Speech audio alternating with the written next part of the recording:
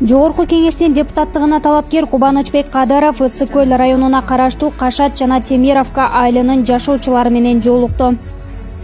Көрөсүздөр, Кудай буйрса, башка депутаттарды болуп, мен акчам жок, бизнесим жок. Мен сиздерге ак эмгек кылып берейин деп атам. Силердин маселелерди чечип берейин деп атам.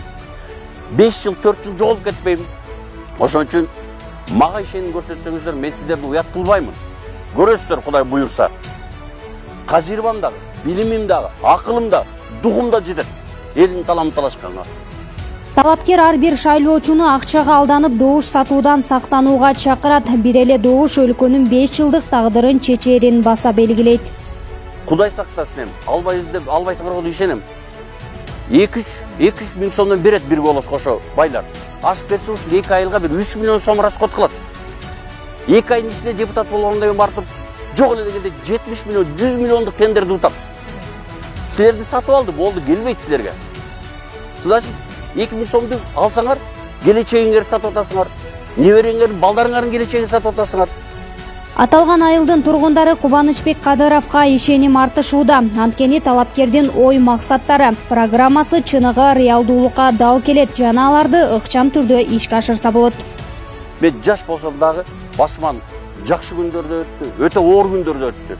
Мен билем, элдин проблемасын билем, кыйынчылыктын баарын башыман өттү. Мен сиздерге ачык айтып коеюн. Чуркап барып кнопка баспаган, силердин маселени көтөргөн, силердин чечилбей аткан маселени чечип, силердин көйгөйлөрүңөрдү президентке, премьер-министрге жеткизип турган депутат болом деп мен сиздерди ишендирип кетем. Бул биздин Кыргыз Республикасына өнүп өскөн, жакшы келечеги кең болгон өлкө бололук.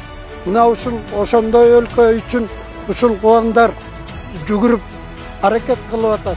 Ошол тилектери орундалсын. Аманчылыкта бололук.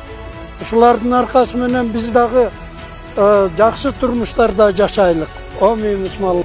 Кубанычбек Кадыров жеңишке жетсе, айтылган сөздөр оңунан чечилип, элдик депутат болооруна кепилдик бере алат. Алдыда кимдир бирөөнүн же жеке өзүнүн кызыкчылыгын эмес, мекенчил жаран катары өлкө өнүгүүсүн камсыздоого баратканын айтат. Аман эсен, жолуң ачык, шыдыр болсун. Мооркен эл журттун батасы дейп, ак ниет менен өтүп кеткин. Эл үчүн кызмат кылып бергин.